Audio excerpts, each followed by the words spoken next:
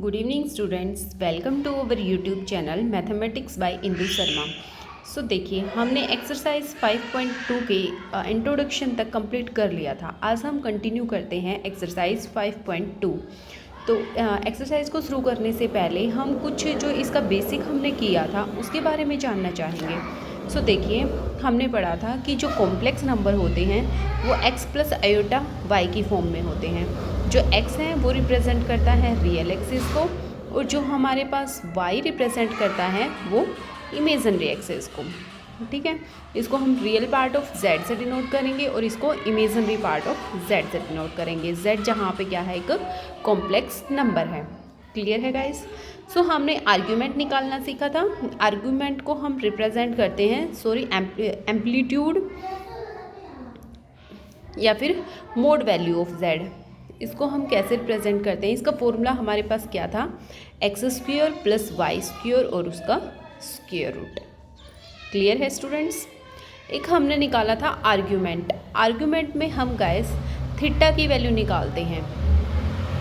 Argument में हम निकालते हैं थीटा की वैल्यू।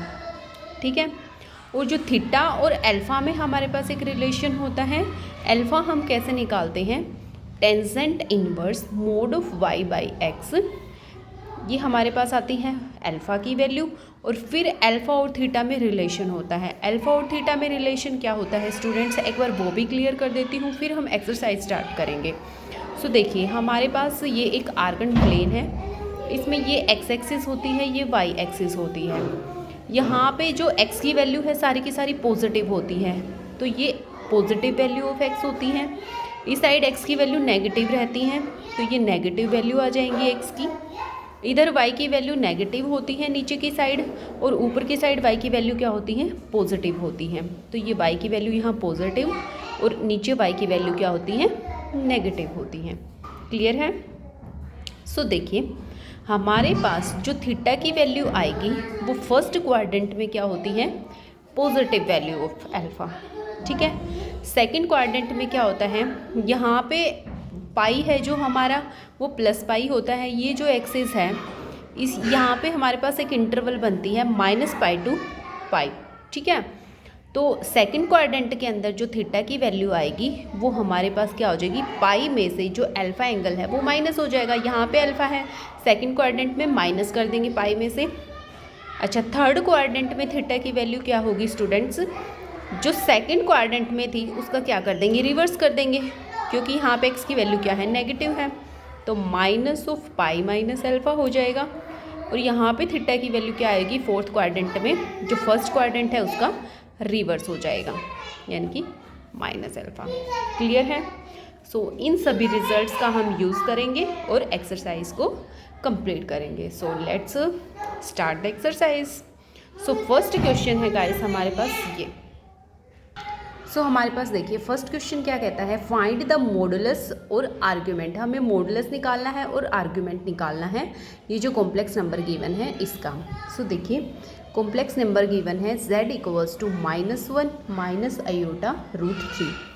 तो यहाँ पे ये x की वैल्यू होती है और आयोटा वाला जो कोऑर्डिनेट होता है वो y की वैल्यू होती है। तो x की वैल्यू है हमारे पास -1 और y की वैल्यू क्या है, -√3।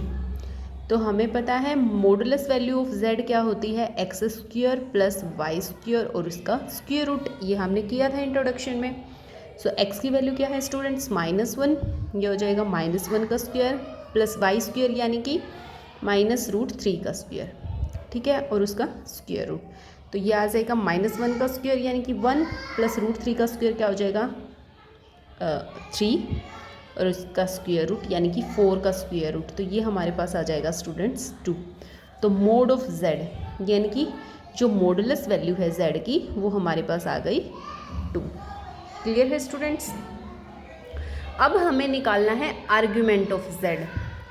तो आर्ग्यूमेंट का मतलब क्या होता है, हमें निकालनी है थीटा की वैल्यू।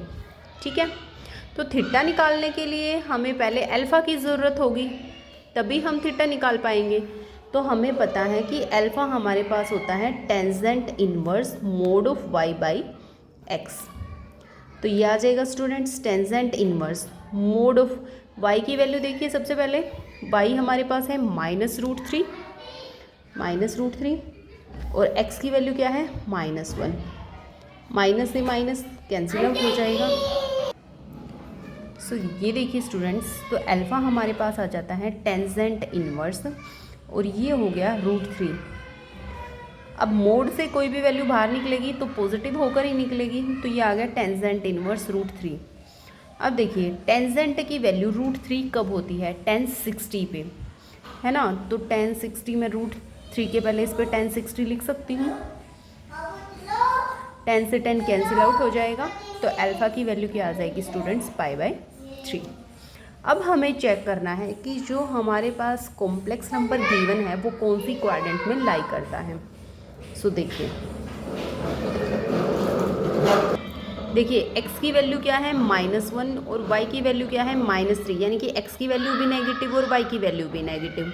तो हमें पता है कि जो ये थर्ड क्वाड्रेंट है इसमें x की वैल्यू भी नेगेटिव रहती है और y की वैल्यू भी नेगेटिव रहती है ना। तो थर्ड क्वाड्रेंट में जो थीटा की वैल्यू है वो क्या होती है, -π-α। तो थीटा हमारे पास क्या आ गया स्टूडेंट्स, -π-π/3, यानी कि हमारे पास क्या आ जाएगा, -2π/3। तो आर्ग्यूमेंट हमारे पास क्या आ गया, -2π/3 और मॉडुलस हमारे पास क्या आ गया, 2। यही हमें निकालना था। सो आई होप आप सभी का क्लियर है स्टूडेंट्स। अगर फिर भी थोड़ा बहुत कन्फ्यूज़न रहता है तो नेक्स्ट क्वेश्चन में आपका क्लियर हो जाएगा। देखिए सो नेक्स्ट क्वेश्चन है हमारे पास z = -√3 + आयोटा। सो यहाँ पे देखिए x की वैल्यू क्या है स्टूडेंट्स, -√3 और y की वैल्यू क्या है स्टूडेंट्स हमारे पास 1। ठीक है, तो सबसे पहले वही हमें क्या निकालना है, मोड ऑफ z। तो मोड ऑफ z क्या होता है, x² + y² और उसका स्क्वायर रूट।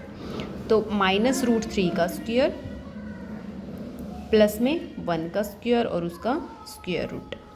तो क्या आ जाएगा स्टूडेंट्स, -√3 का स्क्वायर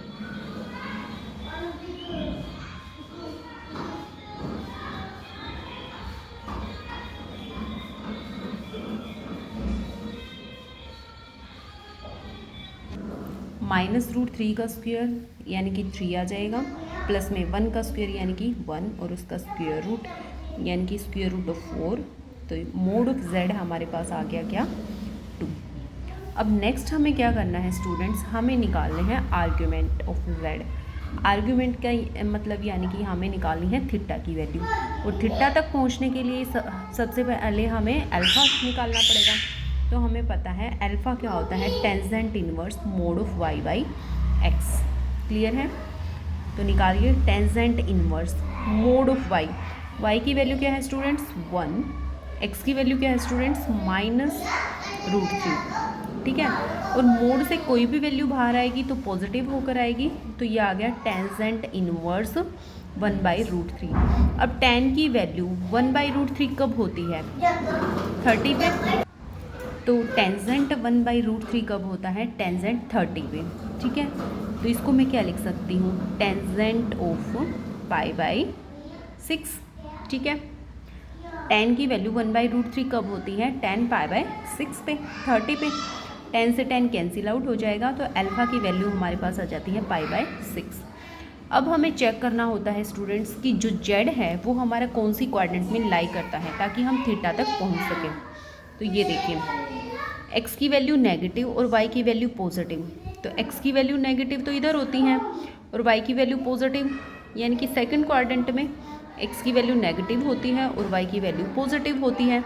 और सेकंड क्वाड्रेंट में हमें पता है थीटा हमारे पास क्या होता है, π-α। क्लियर है स्टूडेंट्स, तो थीटा हमारे पास क्या आ जाएगा, π-π/6 यानी कि 5π/6। तो जो आर्ग्यूमेंट ऑफ z है हमारे पास वो क्या आ गया स्टूडेंट्स, 5π/6। सो आई होप आप सभी के सेकंड क्वेश्चन तक क्लियर है। फिर भी किसी स्टूडेंट्स को कोई प्रॉब्लम रहती है तो आप कमेंट करके बता सकते हो। मिलते हैं नेक्स्ट वीडियो में। Thank you.